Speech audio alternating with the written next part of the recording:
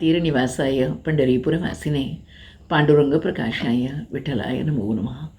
मरुत्पुत्राय कवये भीमाय भयहारिणे श्रीमदानंदतीर्थाय प्रख्याताय नमो नमः. Dear children of God, Jai Sri Krishna, Namaste. A strange thought comes to my mind today. The message is the soul rides. I asked for a special aircraft and it arrived. A cute little one, but highly sophisticated. There was my guru as the chief pilot in it. My soul was the next navigator in charge. There was only one passenger in the special aircraft. That was my mind. It was excited at the thought of a strange flight all alone. It had wandered through mazes and labyrinths of confusion and anxieties, but had never thought of an inner journey. The strongest part about this strange journey are worth noting. The flight will not go where the pilot wants, but where the solitary passenger wants to travel. He names the destination. The pilot through GPS will reach that place. Secondly, for once, the mind is not nervous, as it is usually at the ground level. As the aircraft takes off, the mind is calm, serene, sober. It is excited in a philosophic way because it is totally a new journey, a new experience. It is exciting because it's like a dream come true. The pilot asks, "Sir, where would you like to go first?"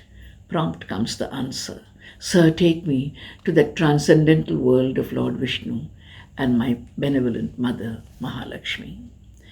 "Oh, sure," is the reply. The strange part of the journey is that it's neither upward nor downward. It is an inward journey. The passenger finds that he is going within himself, and after a while he sees a large milky ocean stretching for miles together.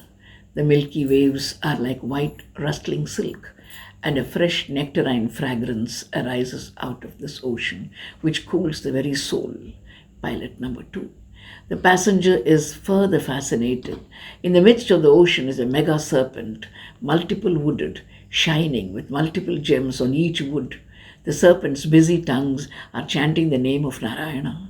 Seated on the serpent couch, at one end is Mother Lakshmi, wearing a white silken sari, dazzling diamonds, her tresses waving in the breeze, her bracelets jingling as she lovingly presses the feet of her Lord, our Lord of Heaven, Narayana. Her figure is beautiful, her eyes are benign. She welcomes the long-lost soul with her smile. The soul silently thanks the passenger mind for choosing this exclusive destination.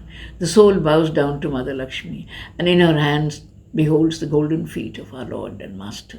The soul is baffled. Are these the feet that are held by Sri Hanuman? Are these the feet that give liberation to millions? Are these the feet that willingly took off the sandals for that matchless brother called Bharata? One could go on and on and on. The soul sees the yellow silken garment worn by the Lord fluttering in the breeze of the milky ocean. When the soul sees the round knees under the silk, he bows down to the origin of Mother Ganga, the pure and purifying river of Bharat. The soul looks up further to see several garlands around the chest of the Lord. Through the navel stands the primordial lotus on which is seated Lord Brahma. The soul bows down to thank him for the lovely birth which was given to him and that has brought him to Vaikuntha.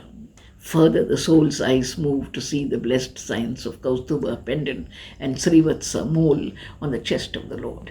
As he goes further on his spiritual journey, he beholds the lovely face of the Lord.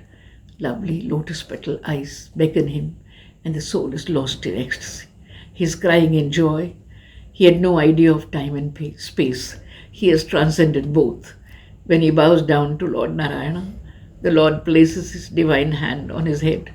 That is the end of the beginning or the beginning of the end. All has culminated in divine bliss. The pilot has done his duty as Guru. The mind is in tune with the soul. The soul has returned to his final destination. This is the soul's solitary ride. कहाँ से आए कहाँ है जाना जिसको है खोया उसी को है पाना कहाँ से आए कहाँ है जाना जिसको है खोया उसी को है पाना. Thank you.